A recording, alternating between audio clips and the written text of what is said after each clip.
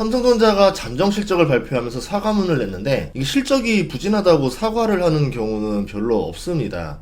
그만큼 삼성전자가 지금 안팎으로 압박을 받고 있는 것은 아닌가, 내부적으로 받고 있는 어떤 문제나 스트레스가 심각한 것은 아닌가, 이런 우려가 되는 거죠. 우리가 원했던 건 사과문이 아니에요. 어떤 걸 원했냐면 로드맵, 앞으로 이런 로드맵으로 진행하려고 하는데 잠깐 우리가 주춤했던 거는 이런 이유 때문이었다. 근데 이 문제는 연말 안에 문제가 해결되는 거고 내년부터는 경쟁사들보다 더 높은 성장세를 보여줄 수 있을 것이다. 이런 말을 해주길 바랬는데 죄송합니다 이러니까 이제 멘붕에 빠진 거죠. 어닝 쇼크와 함께 사과문이 나오니까 엔비디아, TSMC 같은 반도체 회사들은 자신감을 보여주고 있는데 그게 아니라 미안하다란 말을 하니까 투자자 입장에서는 이러면 안 되는데, 우리가 원하는 게 아닌데, 삼성전자를 믿고 최근 들어서 7조 넘게 순매수를 했고요. 외국인들은 그만큼을 순매도를 했어요. 개인과 외국인의 삼성전자를 두고 롱숏 베팅이 벌어졌는데 삼성전자가 죄송합니다 하니까 개인 투자자들이 패닉이 온 거죠. 이렇게 되면은 비싸게 팔아넘긴 외국인이 승리하는 거고, 내일 휴장이고 목요일날 옵션 만기인데 또 여기에 외국인들이 하방 포지션에다가 베팅을 해놨어요. 만약에 이렇게 지수가 멈춘다면은 외국인이 수천억 원의 이익을 얻게 됩니다. 어쩌면은 외국인들은 삼성전자 어닝 쇼크를 알고 있었던 거 아닌가, 이런 생각까지 들어요. 그러면 삼성전자의 문제가 뭐냐, 좀 전반적으로 밸런스가 다 무너진 느낌이에요. 삼성전자 하면은 강력한 맛이 있었는데 그 강력한 맛이 사라지고 남아있는 부분들조차도 맛이 전반적으로 다운되는, 요리로 치자면은 가장 좋은 최상품의 요리를 가지고 최상품의 기술력과 테크닉을 발휘해서 가장 밸런스가 좋은 상태의 사업들을 딱 수직 계열화 해가지고 딱 내놓는 제품들, 그래서 높은 영업이익률과 압도적인 이제 기술력, 시장 점유율, 이걸 보여주는 게 삼성전자인데 전반적으로 재료도 나빠지고 밸런스도 무너지고 간도 안 맞고 요리하는 사람의 자신감도 없는 이런 상황이 돼버렸다는 거죠. 그래도 삼성전자인데 하면서 믿었던 사람들조차도 먹어보고 나서는 이거 왜 이러지? 이렇게 되는 상황. 삼성전자 실적이 그래도 영업이익 10조는 넘길 거라고 전망을 했었는데 이번 잠정 실적 발표를 보니까 매출도 80조 선이 깨졌죠. 79조. 영업이익도 9조 1000억으로 10조 벽이 깨졌습니다. 내부적으로 80조랑 10조 라인을 지키려고 안간힘을 써지 않았을까? 그런데 마지노선이 무너진 상황이다. 그렇다는 얘기는 다음 실적이 우려가 되는 거죠. 이번 부진의 원인은 종합적인데 PC라던가 스마트폰 시장이 나쁜 거는 다들 알고 있었죠. 이건 경기가 좋아져야 되는 거니까 앞으로 중국 경기가 좀 회복된다고 하면은 좀 좋아지지 않겠는가, 이렇게 생각은 하고 있어요. 메모리 반도체는 영업이익이 6조를 넘을 거로 예상을 했는데 공개를 안 해서 알 수는 없지만 추정상 5조 초반대 아닌가, 이렇게 보고 있고요. 그만큼 메모리 반도체가 안 팔리는 상황으로 반도체 겨울론에 힘을 또 실게 되는 거죠. 이미 9만원부터 6만원까지 쉬지 않고 얻어맞은 주가 상태라 이번 어닝 쇼크에도 의외로 주가가 많이 빠지지는 않고 있습니다. 6만원을 정말 간신히 지키고 있거든요.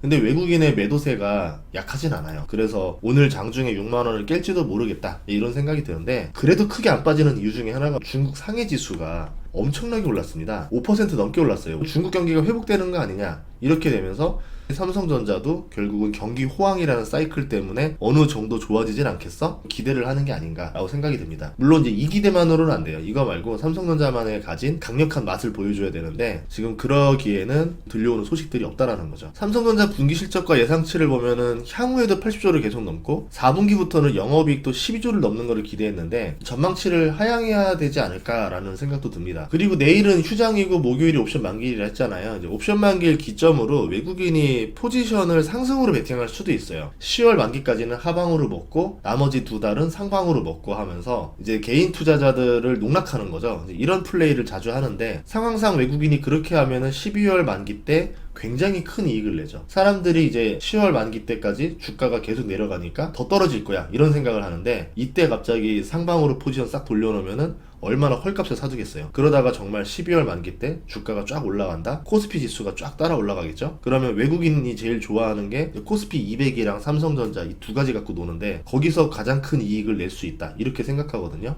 그래서 선물 옵션에서 상방을 틀어버리고 삼성전자를 매수해서 코스피 200 지수를 끌어올려서 두 달 뒤 파생해서 큰 이익을 얻는 전략을 쓸 수도 있겠다. 물론 이거는 한국만 그렇게 할 수는 없어요. 외국에 있는 반도체 지수들과 다 연동해서 그런 상황을 맞춰가면서 전략을 쓰는 건데 만약에 지금 미국 증시가 선거 이후에도 계속 좋다라고 하면은 외국인은 그 전략을 쓸 수도 있겠죠. 어쨌든 그렇게 하기 위해서는 삼성전자가 두 달 안에 깜짝 호재들을 발표를 해야 됩니다. 디램 수요가 살아나거나 HBM 납품 통과 뉴스가 나와야 되는데 그런 호재가 나오지 않는다면 외국인도 굳이 그런 전략을 쓸 필요는 없지 않을까 생각이 듭니다. 최근에 나오는 반도체 겨울론에서 엔비디아, 하이닉스, TSMC, 마이크론은 그렇지 않다는 걸 실적이랑 자신감으로 보여주고 있는데 삼성전자만 그러면 반도체 겨울이 오고 있는 거 아니냐, 이렇게 되면은 또 이상하잖아요. 제가 봤을 때는 AI 수혜를 보는 기업만 좀 돈을 벌고 그렇지 않은 반도체 기업은 겨울이 오는 거 아닌가 이렇게 봅니다. 그러면 삼성전자가 AI의 수혜를 최대한 많이 받아야지만 이 겨울을 통과할 수 있다 이렇게 보거든요. 만약에 이렇게 된다면 삼성전자 시가총액 1위가 먼 미래에는 위험해질 수도 있어요. 삼성전자 시가총액은 400조 원이고 내년에 순이익을 47조 원으로 보고 있는데 이게 약간 하향될 수도 있겠죠. 그러면 PER이 9배에서 10배 사이가 나옵니다. 단순 계산으로 반도체 고점 시절 PER이 5배 정도가 나오거든요. 그럼 AI 수혜를 빨리 받지 못하면은 지금 주가가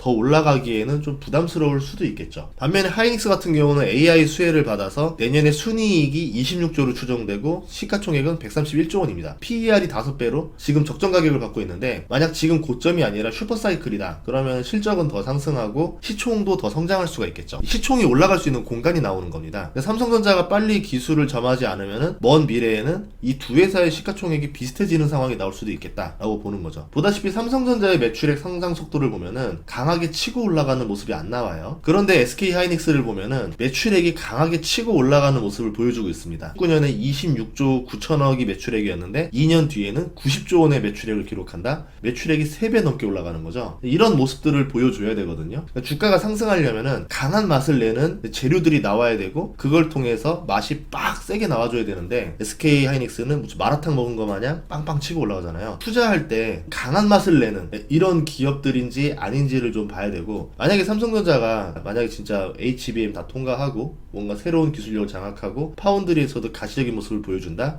그러면은 뒤에서 강한 맛을 빵 치고 나오겠죠. 그렇게 되는 거를 기대하고 있습니다. 제일 고민 중에 하나는 인텔도 버리는 파운드리를 삼성전자가 어떻게 할 거냐. TSMC를 누르고 1등으로 치고 나간 뒤에 격차를 벌려야 되는데 격차가 벌어지는 모습이에요. 삼성전자 전략은 원래 1등으로 치고 나간 뒤 2위와 격차를 벌리는 전략인데 그동안 삼성이 1등 위치에서 경영을 했었지 2등 위치에서 따라잡는 경영을 해본 적이 근래 들어 없습니다. 그런데 스마트폰이라던가 파운드리에서 2등을 하고 있고 메모리에서도 1등 위치가 압도적이지 않죠. 물론 이게 시간의 차이일 뿐이지 결국 HBM, 엔비디아 납품 통과는 나오겠죠. 본격적으로 매출에 뛰어들겠죠. 근데 우리가 원하는 거는 삼성전자가 간신히 턱걸이로 들어가는 느낌이 아니라 압도적으로 치고 나가는 느낌을 원하거든요. 그거를 보여줄 때 저는 주가가 강하게 반등할 거다 이렇게 보고 있어요. 전쟁에서 가장 중요한 요충지가 위기에 빠졌어요. 이럴 때 위기를 탈출하는 방법이 하나 있는데 삼국지에서 제갈량이 이를 갈면서 준비해서 1차 북벌을 준비합니다. 몇 년 동안 준비했죠? 위나라가 이제 황제가 바뀌고 가장 약한 타이밍이 있었어요. 그때 땅 치고 나옵니다. 위나라는 총나라가 나올지도 몰랐어요. 그러니까 완전히 동요해버렸죠. 제갈량에게 붙고 항복하는 세력들이 나오기 시작합니다. 전투에서는 계속 져요. 이때 사마이가 활약해서 1차 북벌을 막았다 라고도 나오지만 뒤에 있었던 실제 공신은 누구냐면 갓 황제에 올랐던 조예라고 보거든요. 직접 군대를 이끌고 장안으로 옵니다. 위나라에서 동요가 멈추죠. 배신을 하는 세력들이 안 나오기 시작하죠. 그러면서 사기를 얻죠. 싸워보자, 이겨보자 이렇게 되면서 다시 힘을 얻고 제갈량 군대랑 싸워서 결국 제갈량이 다시 돌아가게 되거든요. 이거를 응용하자면은 그룹의 회장이 위기를 탈출할 때까지 기업의 CEO를 직접 맡는 전략도 저는 지금 타이밍에서 해볼만 하지 않을까라는 생각이 듭니다. 스타벅스가 이런 전략을 많이 쓰는데요. 한국 증시는 지금 부진한데 중국 증시는 오늘만 해도 지수가 5% 넘게 오르고 있거든요. 그러면서 코스피 투자자들이 한국 증시는 아닌가? 그냥 중국 주식이나 해야 되나? 이러면서 돈이 중국으로 넘어가고 있어요. 지금 중국 개미들이 등장하기 시작했습니다. 이런 상황을 어떻게 해결하면 좋을지 우리도 이제 고민을 해봐야 되는 시점이라서 코스피가 올라야 투자자들이 미국으로 안 가고 해외로 안 가고 다시 한국으로 투자하고 외국에 있는 투자자들이 오히려 한국으로 돈 싸들고 들어와서 한국의 자본이 늘어나고 기업들의 자본이 많아지니까 고용을 늘리고 고용이 늘어나니까 소비가 늘어나고 내수가 살아나고 자영업이 살아나고 이런 선순환이 나와야 되거든요. 근데 자꾸 자본은 계속 빠져나가고 내수는 망가졌고 자영업자들은 계속 도산하고 있고 빈상가에 임대 딱지만 계속 붙어있고 이런 상황을 보면서 많이 좀 답답한 것 같습니다. 이런 문제가 빨리 해결되기를 바라도록 하겠습니다. 다음 시간에도 좋은 정보로 찾아뵙겠습니다. 구독과 좋아요 알림 설정 부탁드릴게요. 고맙습니다.